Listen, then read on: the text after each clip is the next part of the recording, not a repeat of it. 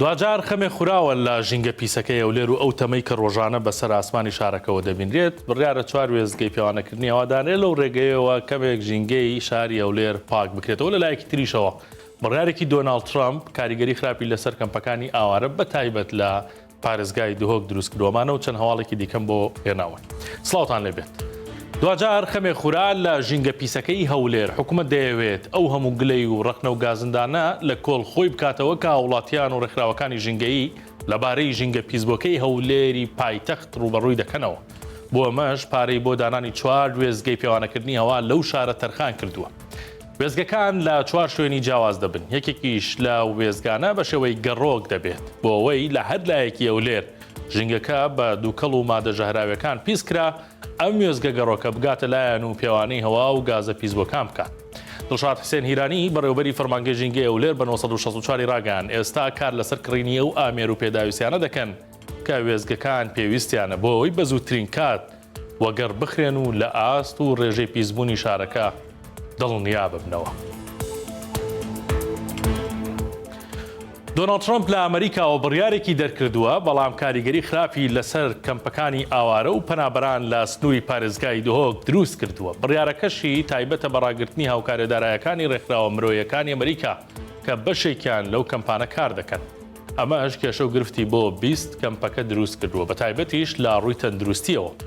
پیردەیان جعفەر بەڕێوەبەری کۆچ و کۆچبەرانی دهۆک بە 964 ڕاگەیان بڕیارەکەی دۆناڵد ترامپ کارەکانی ڕێکخراوە مرۆییە ئەمریکەکانی لە کەمپەکان کۆتایی پێێنە.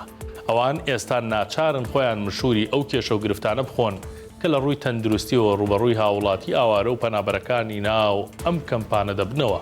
هەر ئەوە نا لە هەولێریش ئەو بڕیارە دەیان کارمەندی چەند ڕێکخراوێکی کە ئەفەندەکەیان لە ئەمریکاوەیە ڕەوانەی ماڵەوە کردووە و بێکار ماونەتەوە. پارێزگاری کەرکووک دڵی پێکاتەکانی شارەکەی نشکاند و ئەو پێکاتانەی تاوەکو دوێنێ زمانە ڕەسەنەکان لەسەر مۆری فەرمانگەکانی حکوومەت نەبووە بۆی زیادکردن. ئەمڕۆ چوارشەمە ڕێبوارتەوا پارێزگاری کەرکووک بڕیارێکی دەرکرد و هەردوو زمانی تورکمانی و سریانی بۆ مۆری فەرمانگە حکومەکان زیاد کرد و نووسینگەی پارێزگاش لە ڕاگەنراوێکدا دەڵێت ئەوەی پارێزگار بۆ زمانەکانی تورکمانی و سریانی کردوێتی پابەندبوونە بە دەستوری عێراق و یاسا کار پێکراوەکان. سەردەمی بەکارهێنانی ئۆتۆمبیلی کارەباییە. پرسی پیسبوونی ژینگە خەریکە ئۆتۆمبیلە ئاساییەکان لە سەر شەقامەکان کەم دەکاتەوە و لە جێیدا ئۆتۆمبیلی کارەبایی دادن. وەزارەتی ناوخۆی هەرێمیش ئەمەی بەدڵەوە بۆ ئەم مەبەستە دەستپێشخەریەکی کردووە. بۆ مەبەستی هاندانی هاوڵاتیان بۆ کەمکردنەوەی مەترسیەکانی ژینگە و تۆمارکردنی یەکەمین جار بۆ ئۆتۆمبیلی تەواو کارەبایی بێ بەرامبەری دارایی و بێ وەرگرتنی پارەی ژینگە دەبێت. با گوێرەی ئەو ڕێنمایە بێت کرێی بەستنی تابلۆ کە بۆ یەکەم جار لە نزیکەی ملیۆنێک دینارەوە دەستی پێدەکرد تاوەکو زیاتر لە 3 ملیۆن دینار بە گوێرەی ژمارەی پستۆنەکان. ئێستا ئەم بڕەپارەیە لە خاوەن ئۆتۆمبیلە کارەبایەکان ناسەندرێت.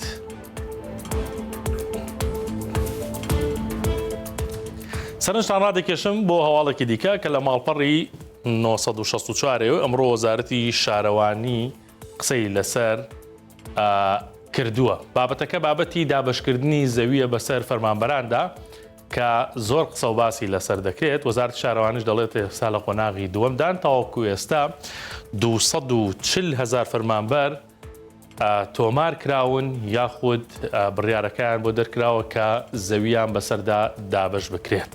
پێشتریش وەزارەتی شارەوانیەوەی ڕاگەیاندە بوو کە ڕێکارەکان بۆ دابشکردنی زەوی بەسەر فەرمانبەراندا لەسەر جەم شار و شارۆچکەکانی هەرێمی کوردستان بەردەوامیەیە. ساسان عەونی وەزیری شارەوانی و گەشتوگوزاری هەرێم ئەمڕۆ لە کۆنفرانسێکەوە لە دوبەی ئاماژەی بەوە کرد کە زیاتر لە 240,000 فەرمانبەر تۆمار کراون و فەرمانیان بۆ دەرکراوە کە زەویان بەسەردا دابش بکرێت. بەشێک لە وەزارەتەکان تاوەکو ئێستا لیستی ناوی فەرمانبەرەکانیان ڕەوانەی وەزارەتی شارەوانی نەکردەوە بۆ دیاری بکرێت و نام بکرێتەوە لیستەوە کە زەویان بەسەردا دابش دەکرێت.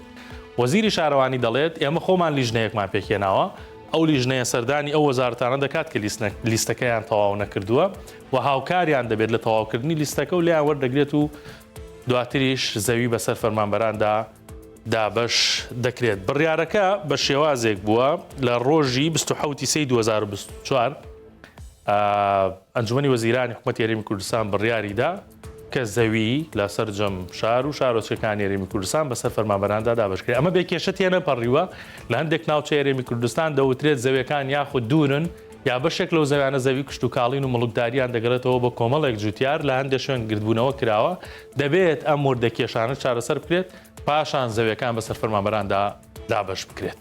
ئەمە هەواڵەکانی ئەمڕۆ بوو کاتێکی شات بۆ هەموو لایەک.